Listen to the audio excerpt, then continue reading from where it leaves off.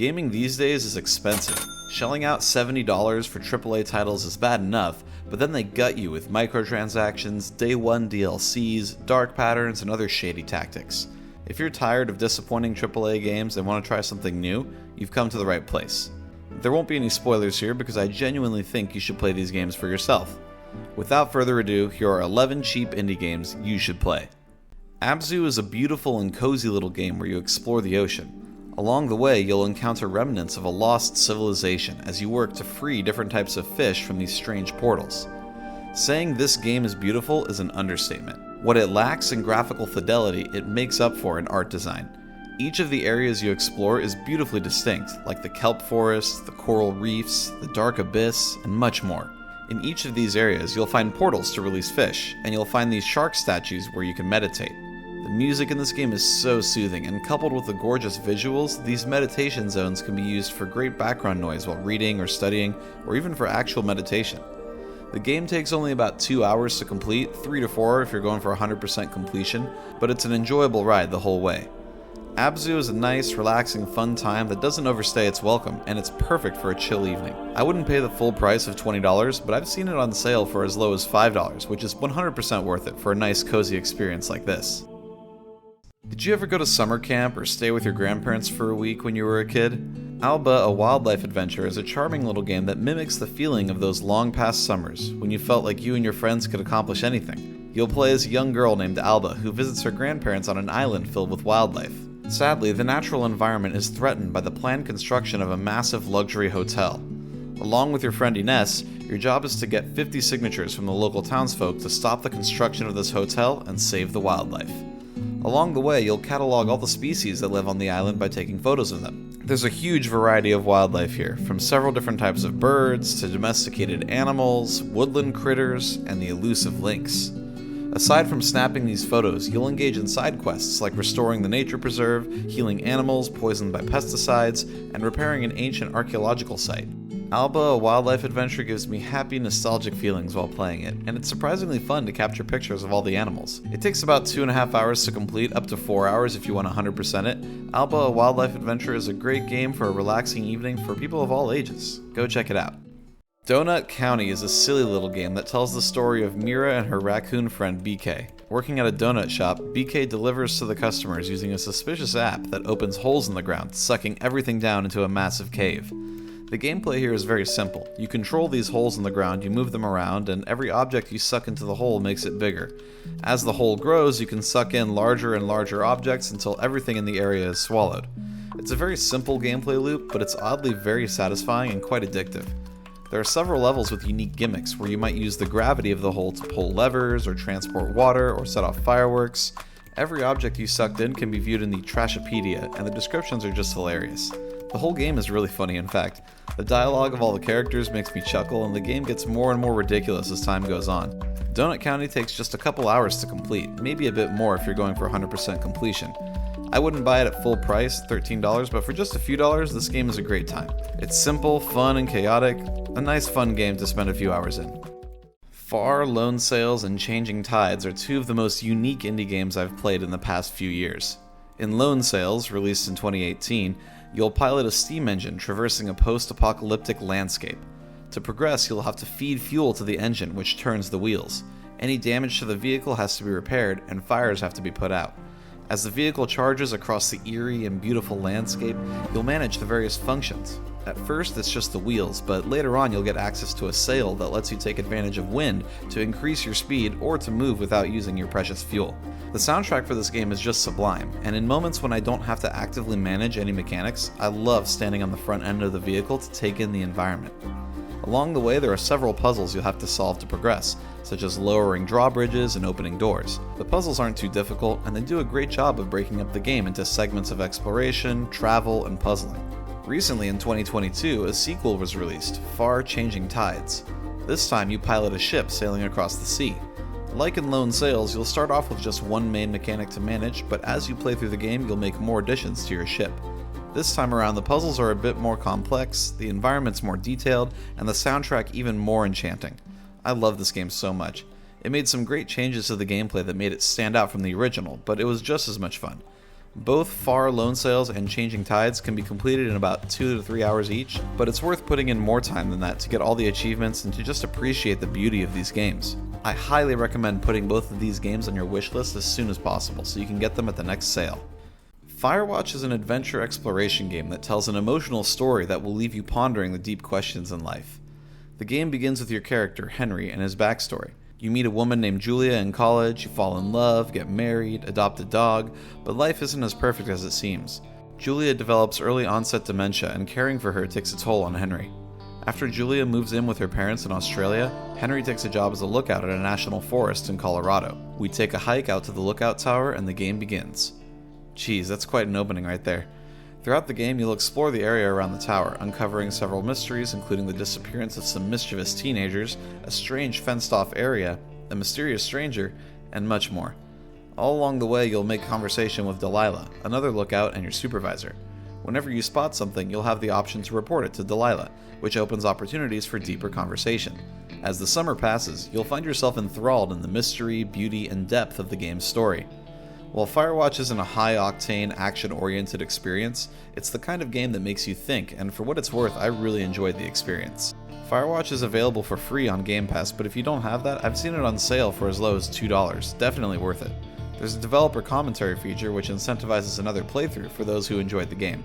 Go check out Firewatch if you haven't played it yet. Hidden Through Time is a search and find game like I Spy or Where's Waldo. Shout out to those old books. But it has a unique twist that characters move around the screen and you can look inside of structures or open boxes.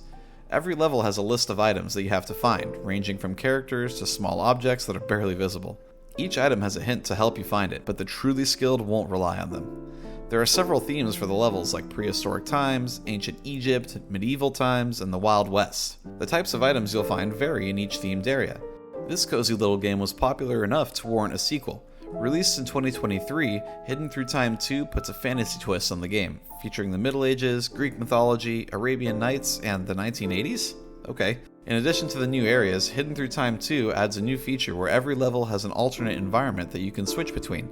Sunny areas can become snowy or rainy, and day can become night, with the level changing as well. Both games feature a map editor, where you can make your own levels and you can play other players' creations too.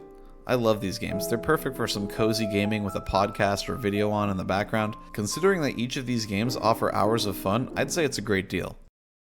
Island Saver is a fun little game that's perfect for people of all ages. In this game, you'll clean up islands to bring back the wildlife.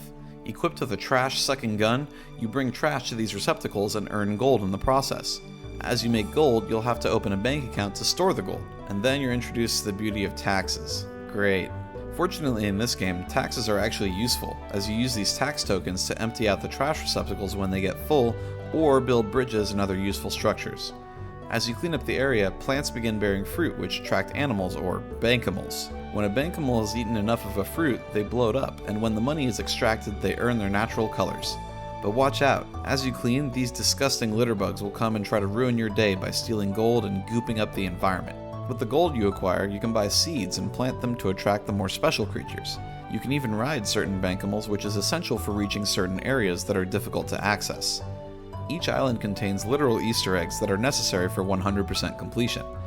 Island Saver is a charming little game that's also educational for kids. It teaches you how banking works, what taxes are, how loans work, and even the dangers of loan sharks. There's a literal loan shark in the game, I'm not even kidding. The gameplay loop can get a bit repetitive over time, but I find Island Saver to be perfect for chill, cozy gaming while listening to a podcast or with a video in the background. There are 3 islands to explore and clean up, and if you really like the game, there are 2 DLCs for $5 each. Considering this game is completely free, if the concept appeals to you, you should absolutely play it. Do you like Stardew Valley? If you watched my video on that game, you know it's one of my favorite indie games of all time. Well, here's another game similar to Stardew Valley, but with so many unique qualities that I think you'll enjoy it. Instead of focusing primarily on farming, My Time at Portia is focused on crafting. You move into this little town and open a workshop, where you complete crafting requests for the villagers. Going to the city commerce center, there's a billboard where you can accept quests to craft items. As you complete these quests, you'll earn gold and your reputation will increase. Like in Stardew Valley, there are tons of villagers that you can befriend by talking to them or giving them gifts. And you can talk to this pink cat. That's it. 10 out of 10, it's the best game ever. Unlike most of the other games on this list, My Time at Portia is one that you can sink countless hours into and still only scratch the surface. Opening the map, you can see the world is huge and I still have so much more to explore. Going into these caves, you can find lost artifacts, remnants of modern technology lost in a great war. There are scientific researchers who want to restore the lost tech of the past, but there's also this church that believes modern technology is evil and should be destroyed. You can choose who to help by bringing these data disks to either the scientists or the church. Needless to say, the story in this game is intriguing, and I'm curious to learn more about the world. In addition to the caves, there are also dungeons in the form of sewers and other underground areas, complete with enemies and even mini-bosses. There's a wide variety of weapons, and the combat is pretty satisfying. Like in Stardew Valley, the days progress in real time, and there are in-game seasons with various events and festivals throughout the year. There's a boxing tournament, fishing competition, and so much more. There really is so much to this game. I've only recently gotten into it, and every time I play it, I find myself saying, just one more day, again and again, which is a good sign. My Time at Portia goes for about $25 to $30, but I've seen it on sale for as low as $6, which is an absolute bargain for how much content there is. Of all the games on this list, My Time at Portia gives you the most to do. Rain on Your Parade is a hilarious little game. I love showing this one to my friends. You play as a cloud on an adventure to ruin the day of humans everywhere. You can rain on people, strike with lightning, and control other inclement weather. I won't spoil them here because you really gotta try this game for yourself. Rain on Your Parade is divided into little levels that you can access via an overworld. In each level, you have mandatory objectives and optional ones. For example, in the first level, my main objective is to rain on the bride and groom. There's a rain meter on the right, indicating how much rain I have left. On some levels, you can fail by running out of water, so you should keep an eye on it. The optional objective in this case is to soak all the humans, which I do of course because chaos is fun. If you complete all the objectives in a level, you'll earn a customization item for your cloud. Speaking of customization, you can equip various hats and items, you can change your cloud color, and you have total freedom to draw whatever you want on your cloud. Anyways, my favorite thing about this game is the level design. There are some hilarious levels and objectives here. In one level, you soak up water from a mop bucket and rain it into everyone's wine glass at a restaurant. Gross. In other levels, you soak up oil to start fires or acid to corrode cars. Throughout the game, there are tons of references to other video games and pop culture. There's a character named Froggy that references the old Frogger games. There are levels like this one modeled after a Counter-Strike map, and this one that parodies Metal Gear Solid. And this scene right here is one of my favorite things I've ever seen.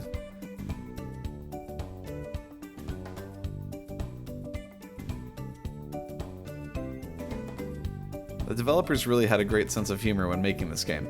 There's even a level based on the TV show The Office. Every level brings something new and hilarious, like this level where instead of water you drop bread, bringing a horde of pigeons down upon the humans.